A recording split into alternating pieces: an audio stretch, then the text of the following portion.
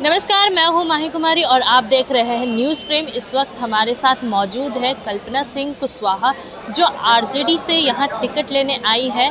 बाबूवानी यानी मधुबनी के विधानसभा से यहां पर हमारे साथ जुड़ी हैं। आइए जानते हैं, हम उनसे बात करते हैं क्या है मधुबनी में, क्या उन्हें जनता सपोर्ट करेगी। जो मौजूदा विधायिका है मीना जी, उनसे क्या क्या कुछ विकास किया है उन्होंने वहाँ पे, और इनका क्या एजेंडा है विकास करने का। बहुत बहुत धन्यवाद मैम हमारे साथ जुड़ने के लिए। आज आप यहाँ पे टिकट लेने आई हैं मधुबनी के विधानसभा बाबूवानी से, तो अपने आप को आप किस तरीके से मतलब विधायिका के रूप में देखते हैं कि जनता आपको वोट करेगी? सबसे पहले आपके चैनल से जो भी हमको देख रहे हैं सभी को मैं नमस्ते प्रणाम करती हूँ। जो आपने क्वेश्चन किया है, मैं यही कहना चाहूँगी, क्योंकि मैं इस समाज में देखती हूँ हमेशा गलत लोगों को ही चुना जाता है, जो कि जनता पैसे के बदौलत उन लोगों को वोट कर देते हैं। फिर 5 साल तक कष्टों का समस्या को सामना करना पड़ता है। तो इस बार मैं भी उम्मीदवार हूँ, क्योंकि हमने 4 सालों से समाज का सेवा किया और मैं कुशवाहा वर्ग से आती हूँ। और कुशवाहा संघ का पूरा मधुबनी में 10 विधानसभा है, मैं उसका लीड करती हूँ, कुशवाहा का सचिव भी हूँ। इस नाते हमको बहुत ही प्यार और मान सम्मान मिलता है, कुशवाहा वर्ग में भी अदर वर्ग में भी। क्योंकि मैं हर घर में जाना, जैसे शादी ब्याह मुंडन हो, जैसे किसी तरह का समस्या हो कि मैं जाते रहती हूँ। तो इसलिए हमको लगता है कि उन लोग कल्पना सिंह कुशवाहा को ही बाबूवानी के विधानसभा में भेजने का तैयारी भी कर रहे हैं और चाहते भी हैं। तो क्या लगता है पार्टी टिकट देगी? उम्मीद है, क्योंकि कुशवाहा बाहुबल क्षेत्र है और वहाँ पे इस बार माहौल अलग है, क्योंकि सब चाह रहे हैं कि कुशवाहा को टिकट मिले, कि कुशवाहा और यादव भाई भाई हो जाएं और एक दूसरे से मिल के इस विधानसभा को विकास को आगे बढ़ाएं। क्या आपने इससे पहले कुछ कोई भी चुनाव में अपना हिस्सेदारी दिया है? बिल्कुल, मैंने 2021 में मुखिया का चुनाव लड़ा था, उसमें 2nd पोजीशन पे आया था। उसके बाद मैंने जिला कुशवाहा महासभा का चुनाव लड़ा, उसमें लोग हमारे व्यवहार और प्रतिनिधित्व को देखते हुए उन्होंने हमको निर्विरोध चुना था।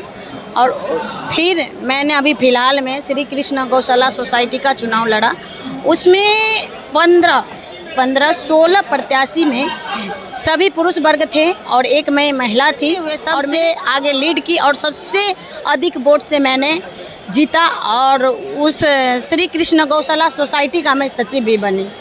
तो अभी आप मधुबनी में क्या कुछ विकास देखती हैं, और आप किस टॉपिक में, जैसे आपका एक सबका चुनावी रणनीति होता है, तो आपकी क्या रणनीति, आप किस पे फोकस करेंगी ज़्यादा? सबसे पहले मेरा रहेगा शिक्षा, क्योंकि अभी हमारे बिहार में, मैं मधुबनी ज़िला की ही बात नहीं कर रही हूँ, पूरा बिहार का बात कर रही हूँ, क्योंकि शिक्षा का बहुत कमी है। शिक्षा हो गया, महिला सशक्ति, मेरा फर्स्ट फोकस रहता है महिला सशक्तिकरण पर, क्योंकि महिलाओं को शिक्षित होना, जागरूक होना और अपने आप स्टैंड होना बहुत ही ज़रूरी है। क्योंकि महिला घर तक, चूल्हा चौका तक ही सीमित नहीं है, वो उनको सहयोग, समाज का सहयोग और साथ मिले तो वो विधानसभा भी चला सकती है, मैं ये भी कहना चाहती हूँ। तो इसी तरह से मेरा मिशन है। आपने कहा आप महिलाओं को सशक्त बनाना चाहती हैं, पर कहीं ना कहीं महिलाओं को देखा जाए तो नीतीश कुमार की साइलेंट वोटर्स भी कहा जाता है। तो और अभी नीतीश कुमार जी ने काफ़ी सारी योजनाएं लाए हैं, जैसे माँ बहन योजना, अभी 10,000 रुपये खाते में गए हैं महिलाओं के।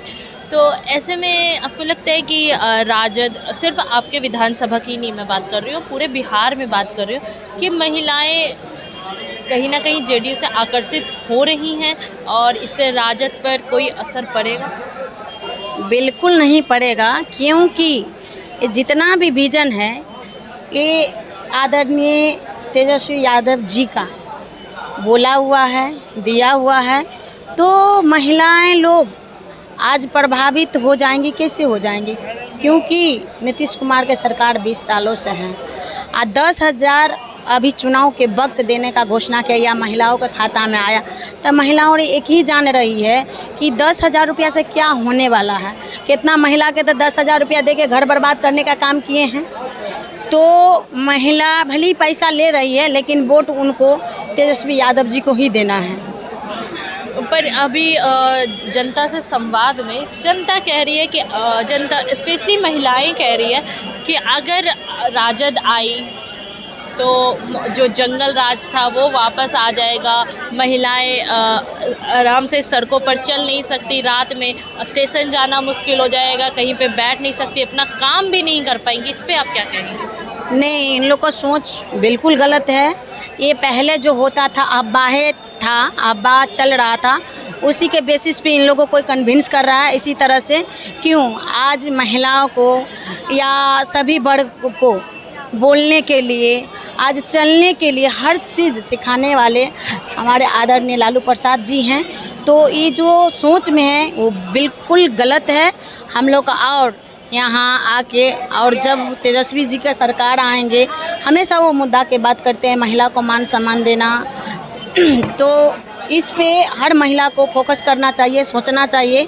जो वो बोलते हैं वो करेंगे, तो जो पहले हुआ करता था उसको भूल के आगे के और चलना चाहिए और तेजस्वी जी को हाथ को मजबूत करना चाहिए।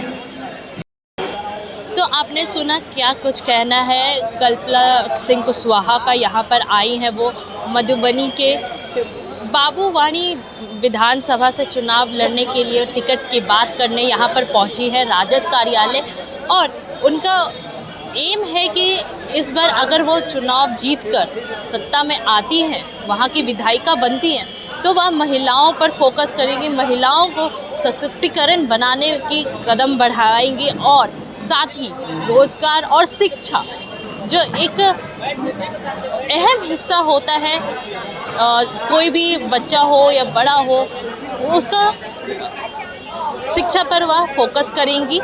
फिलहाल के लिए इतना ही। मैं माही कुमारी, न्यूज़ फ्रेम पटना से।